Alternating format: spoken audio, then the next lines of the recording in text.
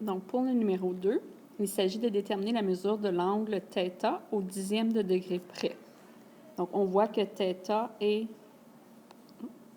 ici à l'angle D.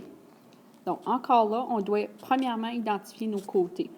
Donc, par rapport à l'angle θ qu'on cherche, ici, le côté EF, qui est représenté par 15 mètres, c'est le côté opposé à l'angle de θ. Et le côté qui est juste à côté de l'angle θ, donc on appelle le côté adjacent. Donc, 12 mètres, c'est votre côté adjacent.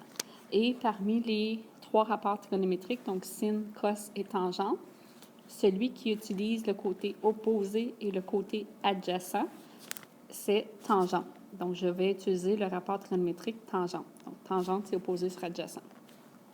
Donc, tangente, on écrit toujours tangente d'un angle. Ici, c'est l'angle θ que je cherche, donc tangente de θ est égale à opposé sur adjacent. Côté opposé, c'est 15 sur le côté adjacent qui est 12. Donc, ici, on va faire le calcul. Donc, tangente de l'angle θ est égale à 15 divisé par 12, qui donne 1,25.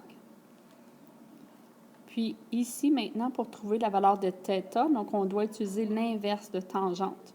Donc, si j'avais la valeur de tangente, je ferais tangente de l'angle, mais là, je ne l'ai pas.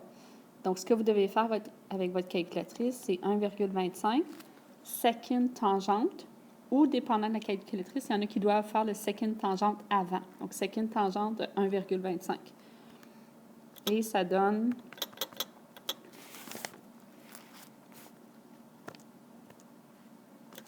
juste un instant.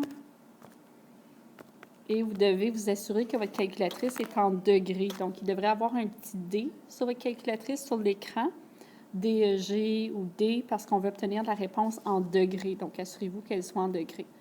Et θ donne 51,3 degrés, parce qu'on veut l'avoir au dixième près. Donc, dans ce cas ici, θ est égal à 51,3 degrés. Et voilà.